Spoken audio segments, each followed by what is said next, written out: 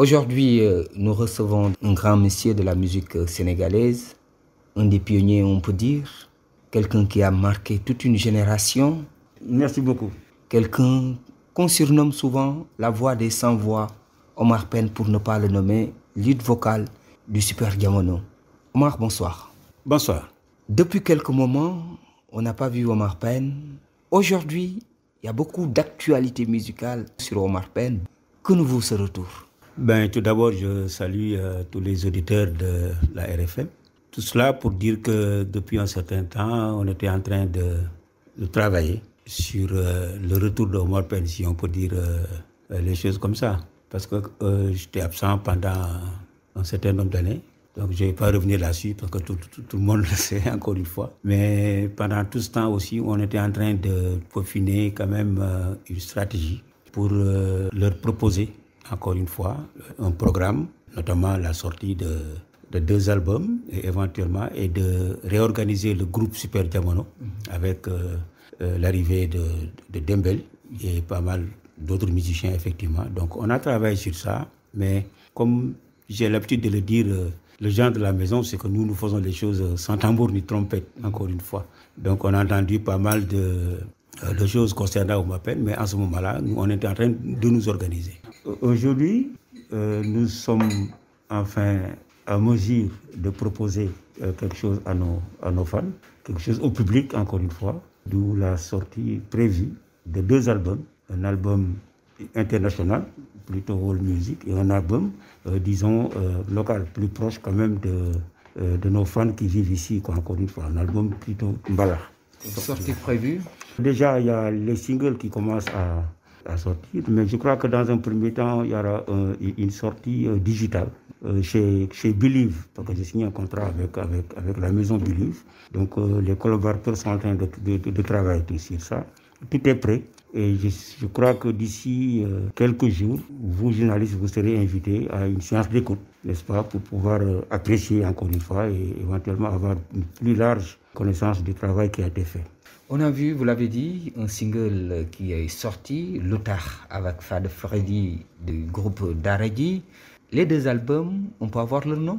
Mais écoutez, l'album World International s'appelle Climat, parce que j'ai créé une chanson sur le réchauffement climatique, parce que c'est un phénomène quand même qui pose problème, et que je crois que nous, Africains, encore une fois, je crois que s'il y a problème, c'est nous qui allons subir les plus graves conséquences. Parce que quand même, le réchauffement climatique est en train quand même de changer les choses. Donc j'ai pris conscience de tout cela, donc j'ai créé une chanson qui s'appelle Climat, et l'album portera le nom de Climat. Alors l'album qui va sortir effectivement de là, disons, j'ai créé une chanson qui s'appelle Boulnangou. Je crois que c'est parti. C'est une proposition que j'ai faite. Donc le nom n'est pas encore définitif. Oui, mais moi j'ai choisi déjà le nom de Boulnangou, encore une fois. Mais comme je travaille avec Dembel, il y a tout un staff derrière, je crois que peut-être qu'ils vont accepter. Mais sinon, il y a d'autres titres, d'où l'hommage que j'ai rendu à mon ami Thione. Un morceau hommage à Thione, votre ami, votre frère, votre jumeau, peut-on dire? Absolument. Absolument, parce que quand même, je crois qu'on a vécu des moments extrêmement importants durant notre carrière, parce que nous avons le même âge et que nous avons partagé beaucoup de scènes depuis très très très longtemps d'ailleurs. C'est quelque chose qui m'a vraiment marqué. On était très proches. On était très très très proches et on se comprenait très bien, on se respectait aussi. Et c'est quelqu'un quand même qui avait confiance en moi. Donc sa disparition m'a surpris déjà et ça m'a beaucoup marqué. Voilà. Un morceau phare dédié au cousinage à plaisanterie. Quand on en parle, on évoque les questions universitaires avec ce qui s'est passé récemment. Effectivement, je crois qu'il fallait quand même, il fallait sensibiliser l'opinion. C'est extrêmement important. Parce que quand il y a eu l'histoire de Kekendo et Ndefleng, je crois qu'il y a des voix qui se sont élevées pour quand même essayer d'ethniciser le problème. Et là, moi, j'ai trouvé ça extrêmement dangereux. En tant qu'ambassadeur des ambassadeur itinérant auprès des étudiants, mais en tant qu'acteur aussi, et en tant qu'artiste, en tant que Sénégalais, en tant que patriote, je devrais dire. Je crois qu'il faut quand même essayer d'étouffer ce problème-là. Parce que le Sénégal n'a pas besoin de ça, justement. Parce que quand même, nous, on a la chance quand même d'exercer cela. Le cousinage à plaisanterie entre les Ndiaye et les Diop. Moi-même, dans une de mes chansons, j'ai taquiné les mots dans Mol, par exemple. Alors ça, c'est extrêmement important pour notre société parce que c'est un patrimoine extrêmement important. Il ne faut pas que les gens, quand même, se laissent aller dans des situations qui pourraient amener des catastrophes. En tout cas, le Sénégal n'a pas besoin de ça. On n'a pas besoin de ça, franchement. Donc, à la limite, je me suis dit, mais tiens, attends, je vais apporter ma contribution. C'est pour ça que j'ai eu l'idée quand même de créer ce morceau-là, qui s'appelle Cal, et pour quand même participer à ce qui pourrait faire avancer les choses. Et à apaiser la situation. Absolument. Dans l'album international, c'est toujours le même tempo afro-feeling, ou bien il y a un genre musical qui est dédié à l'international, différent de celui de l'album national? Absolument. Je crois que c'est différent, parce que comme on a pu sortir Ndam, Dayan et Miamba dans un style plutôt acoustique. Cette fois-ci, j'ai travaillé avec Hervé Sam, un garçon quand même qui fait partie du projet World Music, effectivement, celui qui a réalisé l'album. Il a apporté quand même son style à lui. Et comme c'est un Sénégalais, je crois, même s'il vit en France, en Europe, et il parcourt le monde, disons simplement. Et c'est quelqu'un qui est très imprégné dans le style world music. Je crois qu'il a amené une autre touche. Avec un tempo un peu jazzy. Avec un tempo jazzy, justement, blues, justement. Mais il a taquiné un peu nos origines mbalakh, disons, très soft d'ailleurs. Il a marié un peu le jazz, le blues, le mbala, encore pour sortir quelque chose quand même de beaucoup plus proche de nos valeurs. Il a innové avec les cordes qu'il a mis dedans. Donc vraiment, c'est un mélange de rythme, de sonorité, mais au finish, quand même, tout le monde peut s'y retrouver encore une fois. On n'est pas loin de ce que nous sommes. Parce que je travaille avec de très grands musiciens. Il fallait aussi, parce que les gens qui disaient que Omar Pène a arrêté de chanter, il n'a plus de voix, il n'existe plus. Voilà, il y a même des gens qui croient que je vis toujours en France, il est toujours malade. Voilà, donc il y a beaucoup de stipulations qui font qu'aujourd'hui, je crois que les gens quand même pourront quand même juger. Je crois que la meilleure réponse, c'est la musique. Encore, si les gens te voient, ils entendent quand même que tu as sorti quelque chose avec une voix qui est bien là, mais ça pourrait convaincre. Les gens pourront se changer d'idée. Ils ne diront plus qu'on ne chante plus. En tout cas, nous, mon staff, mes collaborateurs, tous ceux qui ont eu la chance d'écouter l'album, on peut dire qu'on est confiant du travail accompli. Bon, maintenant, la grosse part sera réservée au public et aux journalistes. Meilleure réponse qu'on peut donner au public, mais meilleure nouvelle et excellente nouvelle pour les mélomanes qui retrouvent enfin le Super Diamono sur scène musicalement. Absolument. Je crois que ça aussi, ça a été quelque chose que les gens ont toujours voulu. Il y a des gens qui réclamaient depuis très très longtemps le retour de Dembel. Il est là, il est bien là, et puis il a fait un casting extraordinaire. Il a amené Papis Konaté, il a amené Moussa Traoré, il y a Alioune Seck, il y a Ran. Donc le socle du Super Diamono est toujours là. Le socle du Super Diamono est toujours là.